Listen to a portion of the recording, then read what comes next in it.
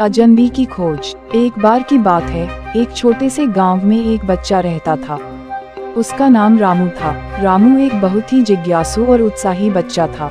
उसकी रोजाना की दिनचर्या यही थी कि वह अपने गांव के आसपास घूमता रहता था और नई चीजों की खोज में लगा रहता था। एक दिन रामू के मन में एक अजनबी की खोज करने का विचार उभरा।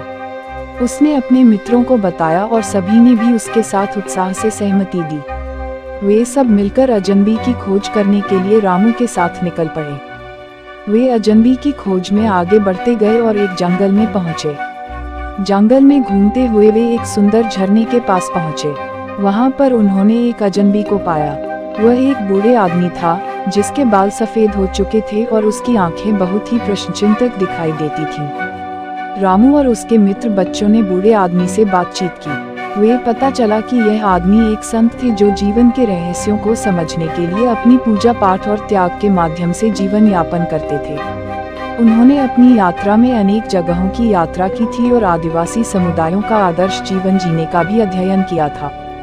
बच्चों को उनके विचार और अनुभवों से बहुत प्रभावित होते देखकर उन्होंने उन्हें अपने साथ यात्रा में शामिल करने का निर्णय लिया।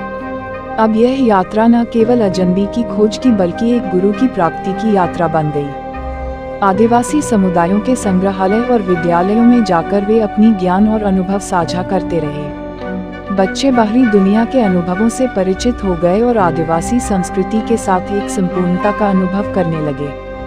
एक दिन वे अपनी यात्रा के दौरान एक विशाल वन में पहुंचे।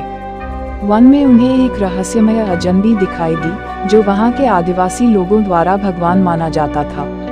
यह अजनबी एक वृक्ष के नीचे बैठा हुआ था और उसके आसपास सभी लोग चमत्कारिक रूप से खुश और शांति से भरे हुए दिख रहे थे। रामू और उसके मित्र बच्चे उसे ध्यान से देखने लगे और वे अपने अंतरिक्ष में से कुछ गहरी बातों की चर्चा करने लगे।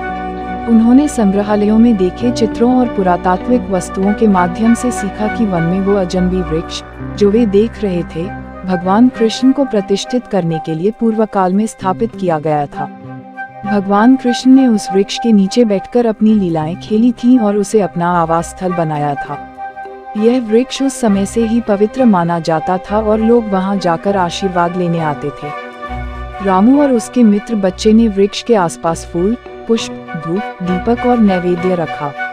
वे मंत्रों के साथ पूजा करने लगे और अपने मन में भगवान कृष्ण को स्मरण करते हुए उनकी आराधना की। धीरे धीरे उनकी पूजा अधिक गहराई और आनंद के साथ होने लगी। एक अचानक चमत्कार हुआ।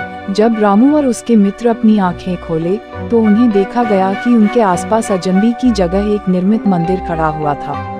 वहां तक पहुंचने वाले लोगों की भीड़ और हार्दिक आवाज से पूरा वन गूंज उठा। रामू और उसके मित्र बच्चे बहुत खुश थे कि उनकी पूजा स्वीकार हुई और वह अजनबी वृक्ष अब एक भगवान कृष्ण का मंदिर बन गया था।